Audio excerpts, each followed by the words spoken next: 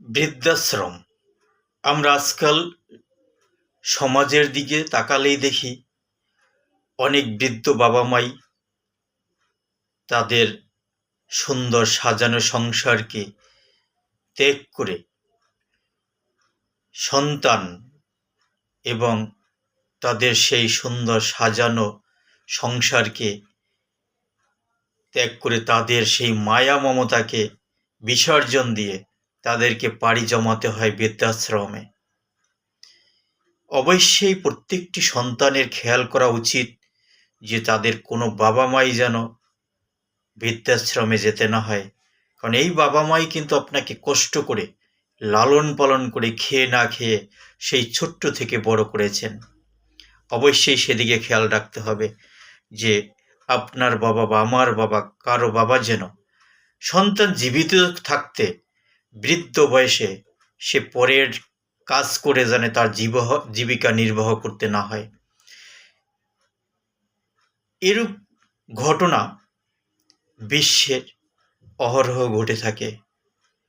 বৃদ্ধাশ্রমে বাবা মাকে পাঠায়। তাই আমি একটি কবিতা লিখেছি, বৃদ্ধাশ্রম। গরিবের ঘরে জন্মেছিলি খোকা, আমার ছোট্ট ঘরে।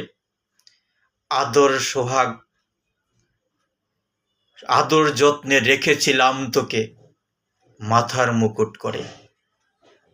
বাবা মায়ের ছিল অভাব, ভাগ্যের পরিহাস, তোকে সুখে রাখতে আমি খেটেছি পরের দাস। তোর মা যখন ভোর না হতে আমি যখন যেতাম পরের কাজে, তোর মা তখন আঁচল দিয়ে জড়াতো বুকের মাঝে। তোর যখন বয়স বছর পাচ্ছে, মা গুলো তোর মরে, তোকে নিয়েই জীবনখানি কাটলাম একা ঘরে, রইলাম একা পরে। লেখাপড়ায় উচ্চ শিক্ষায় করেছি তোমায় বিদ্যান, এখন তুমি বলছো আমায় কি আছে তার অবদান। মেম সাহেবকে বিয়ে করে থাকো তুমি ফ্ল্যাট বাড়ি, বড় মাপের চাকরি করো আছে গাড়ি বাড়ি।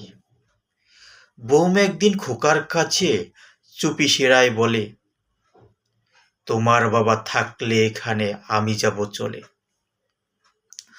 বৌমা বলে খোকার কাছে আমি নাকি গেও জম, খোকা আমায় বউয়ের কথায় পাঠায় বৃদ্ধাশ্রম।